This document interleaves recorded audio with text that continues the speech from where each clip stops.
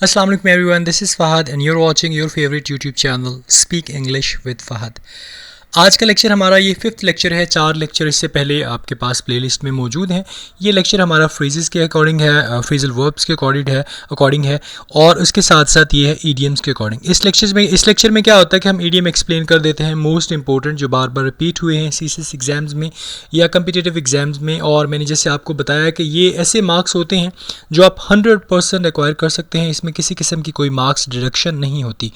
Second year FSc में भी ऐसा ही होता है, उसमें 10 नंबर के आते हैं, यहाँ पे भी 10 मार्क्स के ही आते हैं और हमारे पास 8 गिवन होते हैं and we will have to solve 5 out of 8। So without wasting your time first वाला जो है ईडियम उसकी तरफ मूव करते हैं। फर्स्ट ईडियम है अ फूल्स एरंड। अ फूल्स एरंड कहा जाता है बेसूद कोई चीज़ बिल्कुल फजूल जिसका कुछ लेना देना नहीं है। मतलब एक ऐसा शख्स या एक ऐसी कोशिश जो बिल्कुल रायगा आ जाए, जिसका किसी चीज़ के ऊपर इफेक्ट ना हो। फूल बेसिकली बेवकूफ़ को कहा जाता है। तो एक ऐसा शख्स जिसकी मौजूदगी या गैर मौजूदगी कोई इतना ज़्यादा मीनिंग ना रखती हो या उसका मौजूद होना या ना होना बेसूद हो, फजूल हो। It's a fool's errand trying to get Lena to joining in anything. वो कहता है ये बिल्कुल बेसूद और फजूल है ये कोशिश करना कि लीना जो है वो किसी चीज़ में भी पार्टिसिपेट करेगी। Next one is a fools paradise. Paradise आपको पता है जन्नत को कहा जाता है, फूल बेवकूफ़ों को कहा जाता है। तो अहमकों की जन्नत लिखा हुआ है, मतलब एक ऐसी दुनिया में रहना जो बिल्कुल एग्जिस्ट ही नहीं करती। मतलब आप किसी चीज़ में खोए हुए हैं, आपने बड़ी प्लानिंग कर ली है लेकिन रियलिटी में ऐसा कुछ नहीं है। आपने जैसे आप ये कह लें कि डे ड्रीमिंग कर रहे हैं आप। You must be in a fool's paradise if you think that it will rain at the time of such hot summers। आप सचमुच अहमकों की जन्नत में रह रहे हैं अगर आपको ये लगता है कि इतने गर्म मौसम में जो है बारिश होगी या बारिश एक्सपेक्टेड है। Next one is a Freudian slip, यानी ऐसी इसका जैसे आप स्लिप ऑफ टंग कहते हो ना, यानी आपकी ज़बान फिसल जाना या गैर इरादी तौर पर आप कुछ और कहना चाहते हो और कुछ और मुंह से निकल जाए, स्लिप ऑफ टंग कहा जा सकता है। ही meant to say I am glad you're here but what came out was a Freudian slip, a mad you're here. वो कहना चाहता था कि मुझे आपको यहाँ पे देख के खुशी हुई या मैं खुश हूँ कि आप यहाँ पे हैं, और जो गलती से उसके मुंह से निकला वो क्या था, स्लिप ऑफ टंग था। उसने क्या कह दिया, मुझे गुस्सा आ रहा है आप यहाँ पे हैं। Next one is a gala day. A gala day कहा जाता है खुशी का दिन। ऐसा दिन जैसे ईद वाले दिन होते हैं, 14 अगस्त है, इस तरह के जितने डेज़ हैं वो पाकिस्तानियों के लिए और मुस्लिम्स के लिए क्या है जी, गाला डे हैं। As labour day is a national holiday it must be regarded as a gala day. जैसे कि लेबर डे जो है इसे नेशनल हॉलीडे माना जाता है तो इसको as a gala day regard करना चाहिए। Next one is a give and take policy. Policy मैंने इसलिए कहा कि कुछ दो कुछ लो वाली पॉलिसी के ऊपर अमल करना, यानी जिसमें आपको कुछ देना भी पड़े और कुछ लेना पड़े, यानी टिट फॉर टैट आप कह लें, रद्दोबदल कह लें। Finding language partner is a give and take, कि अगर आप कोई लैंग्वेज पार्टनर ढूंढना चाहते हैं तो वो आपको कुछ देना और कुछ लेना पड़ेगा। आपको उसकी लैंग्वेज अंडरस्टैंड करनी होगी और उसे आपकी लैंग्वेज अंडरस्टैंड करना होगी। So that is like a give and take. Next one is a Gordian knot. Knot कहा जाता है किसी भी गिरा को जो मजबूती से बंध जाए, तो बहुत बड़ी मुश्किल, यानी एक ऐसी नॉट जो आसानी से ना खुल पाए, यानी एक बहुत बड़ी अजीबो गरीब मुश्किल जो है। One of the great attractions of reading और hearing Bob is seeing him cut through the Gordian knot of tangled theories or research findings। सबसे बड़ी अट्रैक्शन और रीडिंग या हियरिंग जो है, तो बॉब की तरफ ऐसा लगता है कि जैसे वो एक बहुत बड़ी मुश्किल में फंस गया है जो टेंगल थ्योरीज हैं और रिसर्च फाइंडिंग्स हैं, यानी रिसर्च फाइंडिंग्स और आपस में जुड़ी हुई टेंगल थ्योरीज जो है वो उसके लिए बहुत बड़ी मुश्किल के तौर पे सामने आई हैं। Next one is a hard nut to crack, यानी एक ऐसा शख्स, यहाँ पे मुश्किल काम लिखा हुआ है ये भी चल जाता है, या एक ऐसा शख्स जो बहुत ही मुश्किल से आपकी बात माने या बहुत ही मुश्किल से उससे कोई काम निकाला जा सके। Jennifer is a hard nut to crack. Jennifer जो है उसे मनाना, उससे कोई काम लेना बहुत मुश्किल है। Next one is a hard and fast rule, यानी कोई एक ऐसी चीज़ जो ऑलरेडी डिसाइडेड हो। मिसाल के तौर पे आप किसी कॉलेज या यूनिवर्सिटी में एडमिशन लेते हैं तो they have hard and fast rule जो आपको फॉलो करना होते हैं। One factory has a hard and fast rule against smoking. Our factory has a hard and fast rule against smoking. हमारी जो फैक्ट्री है उसमें स्मोकिंग के ख़िलाफ़ जो है पहले ही तयशुदा रूल्स हैं, कवानीन्स हैं, यानी आप स्मोकिंग नहीं कर सकते। Next one is a hair breadth escape, यानी एक एक बिल्कुल थोड़ी सी चांसेस से बच जाना, यानी बाल बचना। He escaped death by a hair's breadth, यानी वो मौत से बाल बच गया। Next one is a hat-trick. Hat-trick बड़ा कॉमन सा है, आपने काफ़ी दफ़ा मैचेस में देखा होगा, यानी तीन कोई भी कॉन्टीन्यूस जो है तीन सक्सेस जो है एक ही लाइन में हासिल कर लेना। फॉर एग्जांपल 3 विकेट ले लेना, 3 हैट्रिक, 3 सिक्सेस कर देना, whatever in the cricket sense.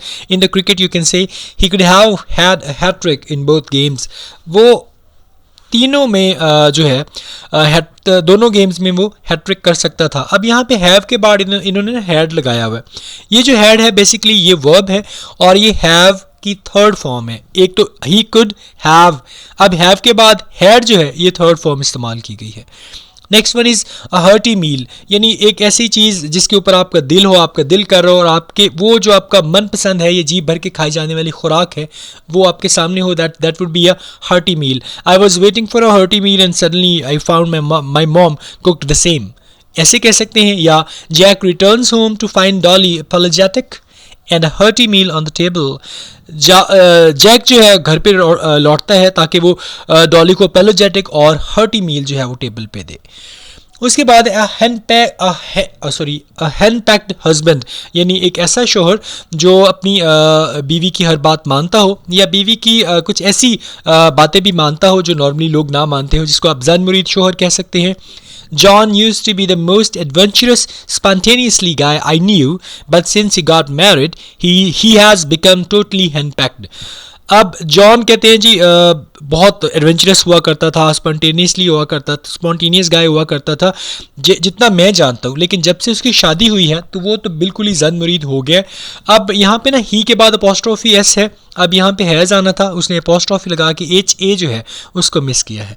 Next one is Herculean task. Herculean आपने सुना होगा, उसका मतलब है कोई ऐसा काम जो मुश्किल तरीन हो, आम बंदे से ना हो सके। I have a Herculean task in trying to paint a picture of these tremendous industries in half an hour. ये तो मेरे लिए एक मुश्किल ही काम है कि मैं ट्राई करूं कि मैं एक बहुत बड़ी इंडस्ट्रीज़ जो है उनकी पिक्चर्स जो है आधे घंटे में तैयार कर लूं। Next one is house of cards. Cards का आपको पता है, ताश के पत्ते जो है उन्हें कार्ड्स कहा जा सकता है, यानी हवाई महल बनाना, मंसूबा ऐसा जो शर्मिंदा ताबीर ना हो सके, कुछ ऐसी प्लानिंग करना जो आपसे पॉसिबल ना हो। I have seen many such careers fall like a house of a card in the cruel IT industry. वो कहता है मैंने ये जो जालिमाना IT की इंडस्ट्री है इसमें बहुत ज़्यादा करियर्स को फॉल होते हुए बिल्कुल इसी तरह गिरते हुए देखा है जैसे हाउस ऑफ कार्ड गिरता है, यानी एक ऐसे मंसूबे जिनको उसने शर्मिंदा ताबीर नहीं होने दिया। Next word is a hole and corner policy. एक ऐसी खुफी और बदयानती पर मबनी पॉलिसी, यानी एक ऐसी प्लानिंग जिसका आपने पहले ही प्लान कर लिया हो कि एक तो ये सीक्रेट होगी और दूसरा इसमें डिसऑनेस्टी होगी। She is not frank and believes in hole and corner policy. वो इतनी अच्छी नहीं है और वो यकीन रखती है इस बात पे कि हम कोई सीक्रेट और डिसऑनेस्ट किस्म की पॉलिसी बनाएं। Next one is hornets nest. Hornet कहा जाता है ये जो बिड होती है, ये जो मोस्टली काटते हैं आपको विलेजेस में आमतौर पे मिल जाते हैं।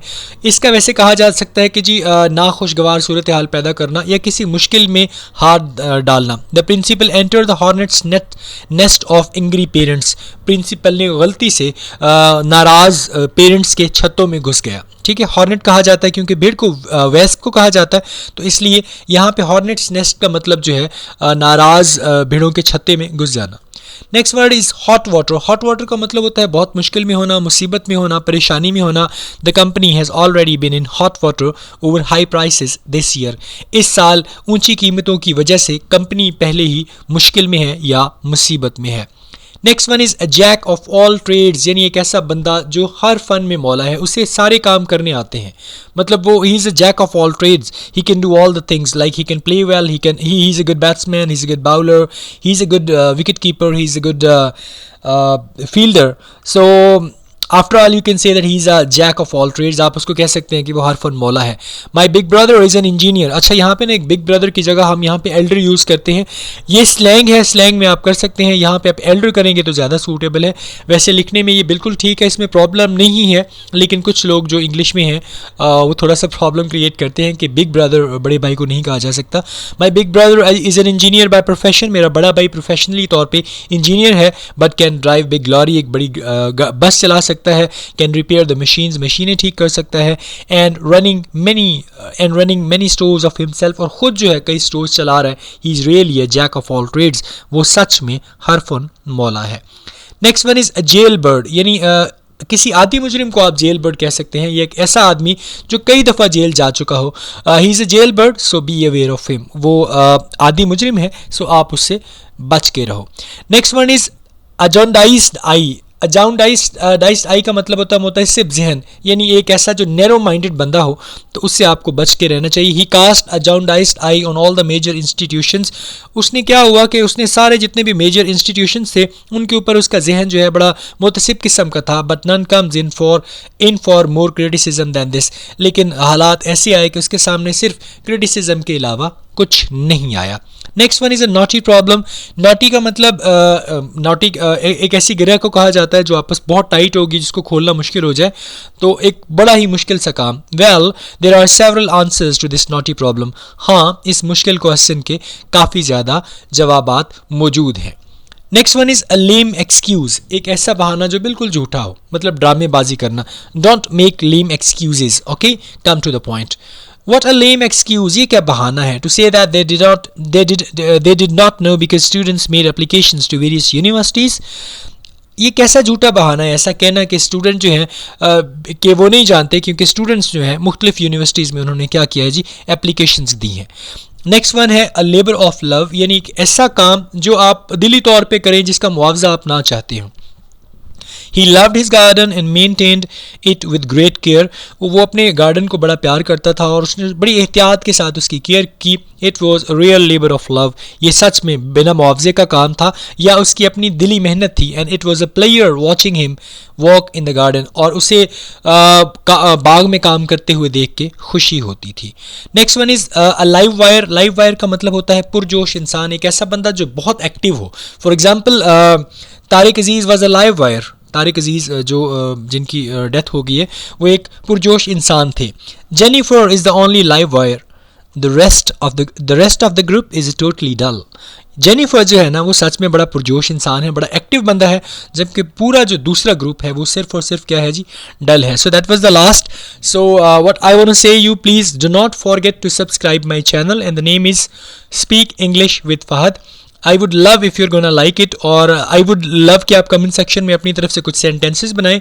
आई will correct it within the time. So take good care of yourself, please remember me in your prayer. इंशाल्लाह see you soon. Take care. अस्सलाम वालेकुम। अल्लाह।